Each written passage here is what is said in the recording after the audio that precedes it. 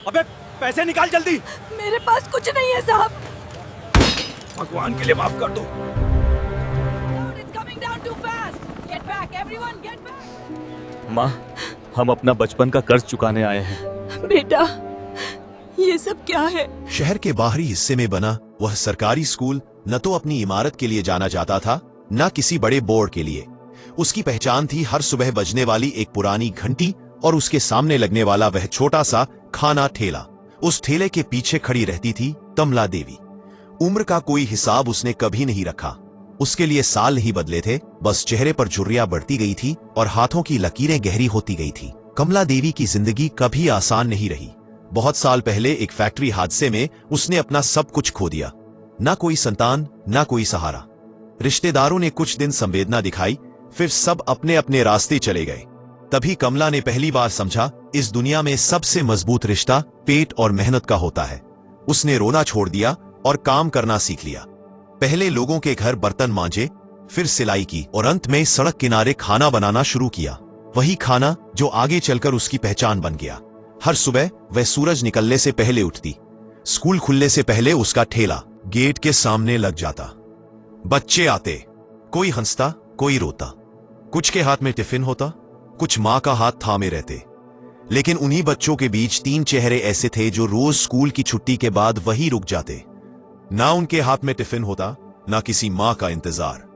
कपड़े हमेशा मैले, जूते अक्सर टूटे हुए और आंखों में ऐसी भूख जिसे शब्दों में बयान नहीं किया जा सकता।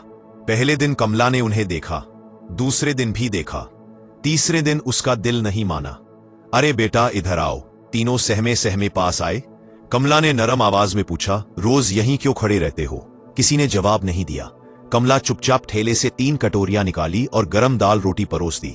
बच्चे ऐसे खाने लगे जैसे कई दिनों बाद पेट भरने का मौका मिला हो। खाते वक्त न शर्म थी, न डर, बस भूख थी। उस दिन से कमला देवी की जिंदगी में मां बनने का एक नया अर्थ जुड़ गया।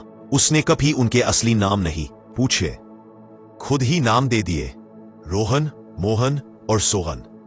उसके लिए नाम से ज्यादा जरूरी था कि वे रोज पेट भरकर स्कूल जाएं। लोग ताना मारते, बुढ़िया धंधा करने आई है या धर्मशाला खोल रखी है। कमला बस मुस्कुरा देती।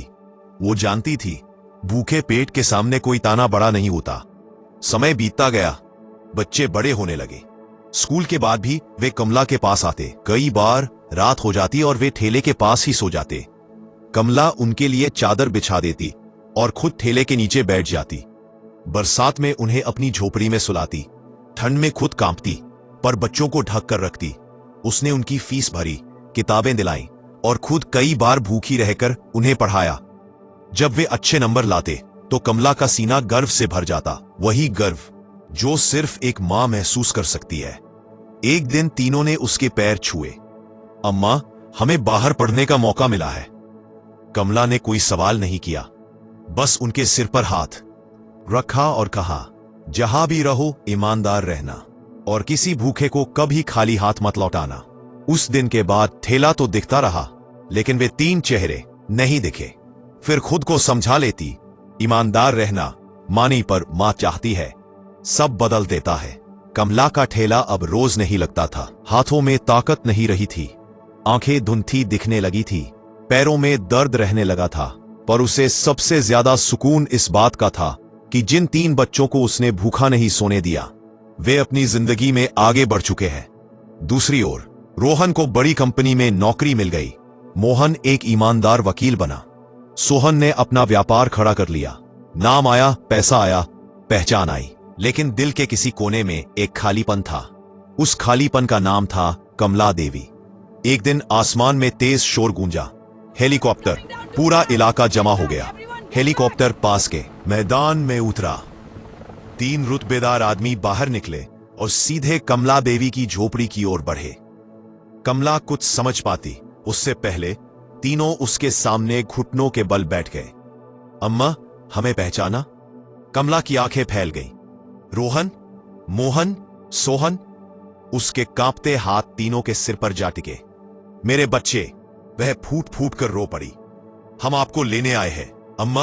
आज जो कुछ भी है आपकी वजह से है। कमला बस इतना बोली, मैंने कभी कुछ मांगा नहीं, बस यही चाहा कि तुम अच्छे इंसान बनो। कुछ महीनों बाद शहर में एक नया नाम गूंजा, कमला अन्नपूर्णा आश्रय, जहां रोज सैकड़ों बच्चों को खाना मिलता था, पढ़ाई होती थी और सिर पर छत मिलती थी। रसोई के एक कोने में कुर्सी पर बैठी रहती थी कमला देवी। अब उसके हाथ कांपते थे पर दिल भरा हुआ था। वह अक्सर मुस्कुराकर कहती, भूख से बड़ा कोई दुश्मन नहीं होता और पेट भरने से बड़ा कोई धर्म नहीं। और सच यही था। दुनिया की हर दौलत फीकी है उस मां के आशीर्वाद के सामने, जिसने खुद भूखा रहकर तुम्हें इंसान बनाया।